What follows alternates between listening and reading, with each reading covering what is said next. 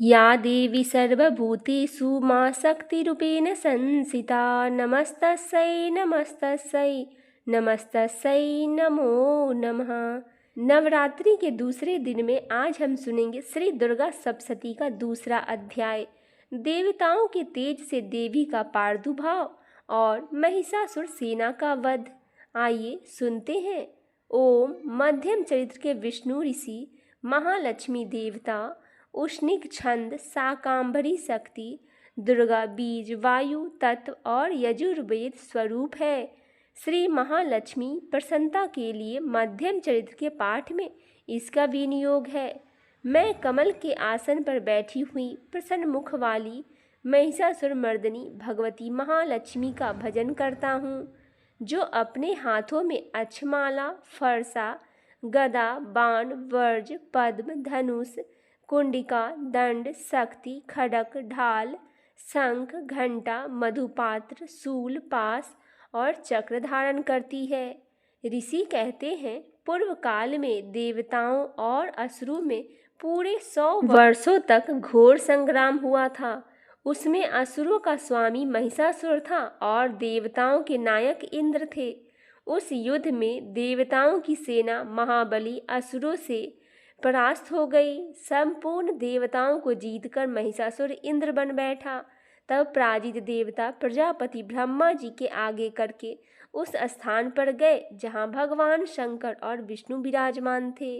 देवताओं ने महिषासुर के पराक्रम तथा अपनी पराजय का यथावत वृत्तांत उन दोनों देवेश्वर से विस्तार पूर्वक कह सुनाया। वे बोले, भगवान महिषासुर सूर्यपुत्र इंद्र, अग्नि, वायु, चंद्रमा, यम, वरुण तथा अन्य देवताओं का भी अधिकार छीनकर स्वयं ही सबका अधिष्ठाता बन बैठा है। उस दुरात्मा महिष ने समस्त देवताओं को स्वर्ग से निकाल दिया है।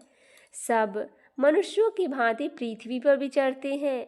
दैत्यों को यह सारी करतूत हमने आप लोगों से कह सुनाया। अब हम आपकी ही शरण में आए हैं। उसके वध का कोई उपाय सोचिए। इस प्रकार देवताओं के वचन सुनकर भगवान विष्णु और शिव ने दैत्यों पर बड़ा क्रोध किया। उनकी भौएं तन गई और मुंह टेढ़ा हो गया। तब अत्यंत कोप में भरे हुए चक्रपाणी श्री विष्णु के मुख से एक महान तेज प्रकट हुआ। इसी प्रकार ब्रह्मा, शंकर तथा इंद्र आदि अन्य देवताओं के शरीर से भी बड़ा भारी तेज निकला। वह सब मिलकर एक हो गया। महान तेज का वह पुंज ज्वालायमान पर्वत सा जान पड़ा। देवताओं ने देखा, वहां उसकी ज्वालाएं संपूर्ण दिशाओं में व्याप्त हो रही थी। संपूर्ण देवताओं के शरीर से प्रकट हुए उस तेज की कहीं तुलना नहीं थी। एकत्रित होने पर वह एक नारी के रूप में परिणित हो गई और अपने प्रकाश से तीनों लोकों में व्याप्त जान पड़ा। भगवान शंकर का जो तेज था, उससे उस देवी का मुख प्रकट हुआ। यमराज के तेज से उसके सिर में बाल निकल आए। श्री विष्णु भगवान के तेज से उसकी भुजाएं उत्पन्न हुई। चंद्रमा के तेज से दोनों स्तनों और इंद्र के तेज से मध्य भाग कटी प्रदेश का प्रादुर्भाव हुआ। वरुण के तेज से जंघा और पिंडली तथा पृथ्वी के तेज से नितंब भाग का प्रकट हुआ। ब्रह्मा के तेज से दोनों चरण और सूर्य के तेज से उसकी उंगलियां हुई। वसुओं के तेज से हाथों की उंगलियां और कुबेर के तेज से नासिका प्रकट हुई।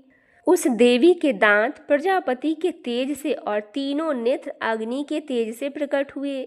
उसकी भौएं संध्या के और कान वायु के तेज से उत्पन्न हुए थे। इस प्रकार अन्य देवताओं तेज से भी उस कल्याणमयी देवी का आविर्भाव हुआ। तदंतर समस्त देवताओं को तेज पुंज से प्रकट हुई देवी को देखकर महिषासुर के सताए हुए देवता बहुत प्रसन्न हुए। पिनाकधारी भगवान शंकर ने अपने शूल से एक शूल निकालकर उन्हें दिया। फिर भगवान विष्णु से भी अपने चक्र से चक्र उत्पन्न करके भगवती अर्पण किया। वरुण ने भी शंख भेंट किया और अग्नि ने उन्हें शक्ति दी और वायु ने धनुष तथा बाण से भरे हुए 2 तरकस प्रदान किए।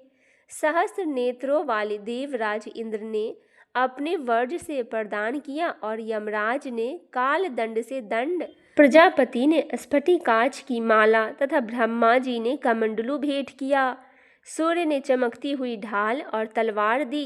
क्षीर समुद्र ने उज्जवल हार तथा कभी जीर्ण न होने वाले 2 दिव्य वस्त्र भेंट किए। साथ ही उन्होंने दिव्य चूड़ामणि, 2 कुंडल, कड़े, उज्ज्वल अर्धचंद्र, सब बाहुओं के लिए कयूर, दोनों चरणों के लिए निर्मल नुपुर, गले की सुंदर हंसली और सब अंगुलियों में पहनने के लिए रत्नों की बनी अंगूठियां भी दी। विश्वकर्मा ने उन्हें अत्यंत निर्मल फरसा भेंट किया। साथ ही अनेक प्रकार के अस्त्र अभेद कवच दिए। इनके सिवा मस्तक और वक्ष स्थल पर धारण करने के लिए कभी न कुम्हलाने वाले कमलों की मालाएं दी। जलधि ने उन्हें सुंदर कमल का फूल भेंट किया। हिमालय ने सवारी के लिए सिंह तथा भांति भांति के रत्न समर्पित किए।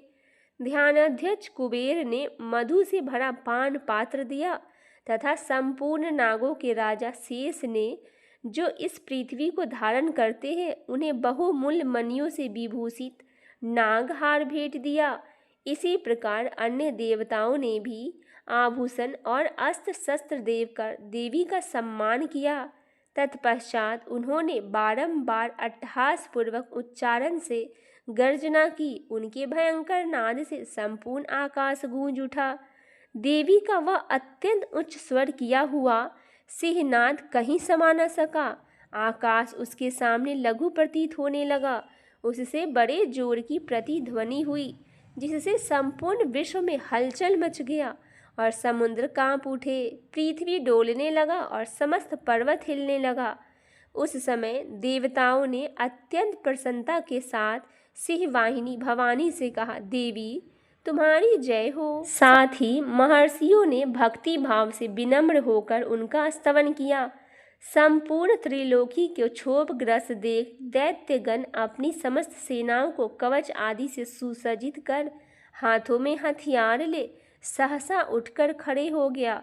उस समय महिषासुर ने बड़े क्रोध में आकर कहा, यह क्या हो रहा है? फिर वह संपूर्ण असुरों से घिरकर उस सिंहनाद की ओर लच करके दौड़ा और आगे पहुंचकर उसने देवी को देखा, जो अपने प्रभाव से तीनों लोकों को प्रकाशित कर रही थी। उनके चरणों के भार से पृथ्वी दबी जा रही थी।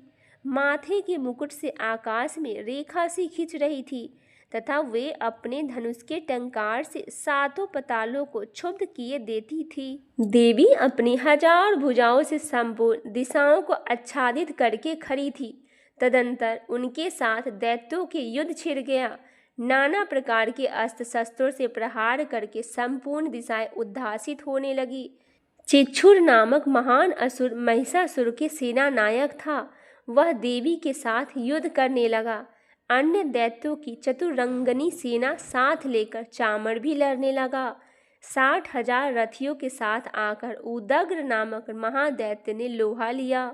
1 करोड़ रथियों के साथ लेकर महाहनु नामक दैत्य युद्ध करने लगा, जिसके रोएं तलवार से समान तीखे थे।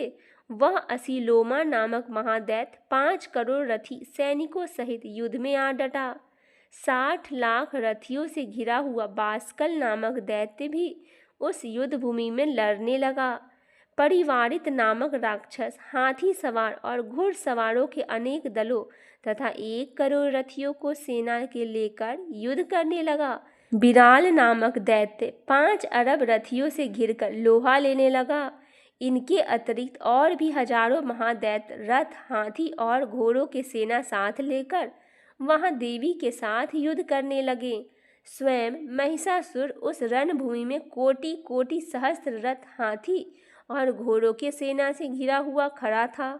वे दैत्य देवी के साथ तोमर, भिंदपाल, शक्ति, मूसल, खेटक, परशु और पट्टास आदि अस्त्र शस्त्र का प्रहार करते हुए युद्ध कर रहे थे। कुछ दैत्यों ने उन पर शक्ति का प्रहार किया, कुछ लोगों ने पासा फेंके तथा कुछ दूसरे दैत्यों ने खड्ग का प्रहार किया।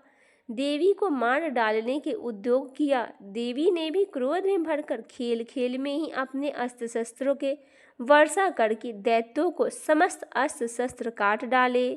उनके मुख पर परिश्रम का थकावट रंच मात्र भी चिन्ह नहीं था। देवता और ऋषि उनकी स्तुति करते थे और वे भगवती परमेश्वरी दैत्यों के शरीरों पर अस्त्र शस्त्र का वर्षा करती रही। देवी का वाहन सिंह भी क्रोध में भरकर गर्दन के बालों को हिलाता हुआ असुरों की सेना में इस प्रकार विचरने लगा मानो वनों में दावानल फैल रहा हो।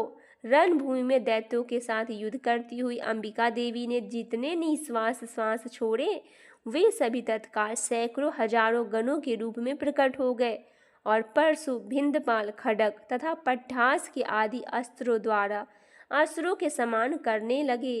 देवी की शक्ति बढ़े हुए वे गण असुरों के नाश करते हुए नगाड़ा और शंख आदि बाजे बजाने लगे। उस संग्राम महोत्सव में कितने ही गण मृदंग बजा रहे थे। तदंतर देवी ने त्रिशूल से गदा से शक्ति से वर्षा की और खड्ग आदि से सैकड़ों महादैत्य संहार कर डाला। कितनों को घंटे की भयंकर नाद से मूर्छित करके मार गिराया। बहुत तेरे दैत्यों पासा से बांधकर धरती पर घसीटा। कितने ही दैत्य उनकी तीखी तलवार से मार से दो दो टुकड़े हो गए। कितने ही गदे की चोट से घायल हो धरती पर सो गए। कितने ही मुसल के मार से अत्यंत आहत होकर रक्त वमन करने लगे। कुछ दैत्य सूल से छाती फट जाने के कारण पृथ्वी पर ढेर हो गए। उस रणगन में बाण समूह की वृष्टि से कितने ही असुरों के कमर टूट गए। बाज की तरह छटपटाने वाले देव पिंडंग दैत्यगण अपने प्राणों से हाथ धोने लगे। किन्हीं की भौएं छिन्न भिन्न हो गई, कितनों की गर्दन कट गई, कितने ही दैत्यों के मस्तक कट कट कर गिरने लगे। कुछ लोगों के शरीर मध्य भाग के विदीर्ण हो गए। कितने ही महादैत्य जांघें कट जाने से शरीर मध्य भाग से विदीर्ण हो गया। कितने ही महादैत्य जांघें कट जाने से पृथ्वी पर गिर पड़े। कितनों के ही देवी ने एक बाह, एक पैर और एक नेत्र वाले करके दो टुकड़ों में चीर डाला। मस्तक कट जाने पर भी गिरकर फिर उठ जाते और केवल धड़ के ही रूप में अच्छे अच्छे हथियार ले हाथों में देवी के साथ युद्ध करने लगते थे। दूसरे कबंध युद्ध के बाजों के लय पर नाचते थे। कितने ही बिना सिर के धड़ हाथों में खड्ग, शक्ति और रिष्ट लिए दौड़ते थे तथा दूसरे दूसरे महादैत्य ठहरो ठहरो यह कहते हुए देवी को युद्ध के लिए ललकारते थे। जहाँ वह घोर संग्राम हुआ था वहाँ की धरती देवी के गिराए हुए रथ, हाथी, घोड़े और असुरों के लाशों से ऐसी पट गई थी वहाँ चलना फिरना असंभव हो गया था। दैत्यों की सेना में हाथी, घोड़े और असुरों के शरीरों से इतना अधिक मात्रा में रक्तपात हुआ था कि थोड़ी ही देर में वहाँ खून की बड़ी बड़ी नदियाँ बहने लगी। जगदम्बा ने असुरों की विशाल सेना को क्षण भर में नष्ट कर दिया। ठीक उसी तरह जैसे तृण और काठ के भारी ढेरों को आग कुछ ही क्षणों में भस्म कर देती है और वह सिंह भी गर्दन के बालों को हिला हिला कर जोर जोर से गर्जना करते हुए दैत्यों के शरीर का मानो उनके प्राण चून लेता था। वहाँ देवी के गणों ने भी उन महादैत्यों के साथ ऐसा युद्ध किया जिससे आकाश में खड़े हुए देवतागण उन पर बहुत संतुष्ट हुए और फूल बरसाने लगे। इस प्रकार श्री मार्कंडेय पुराण के श्रवण मनवंतर कथा के अनंतर्गत देवी महात्म्य महिषासुर की सेना का वध नामक दूसरा अध्याय पूरा हुआ। जय माता दी।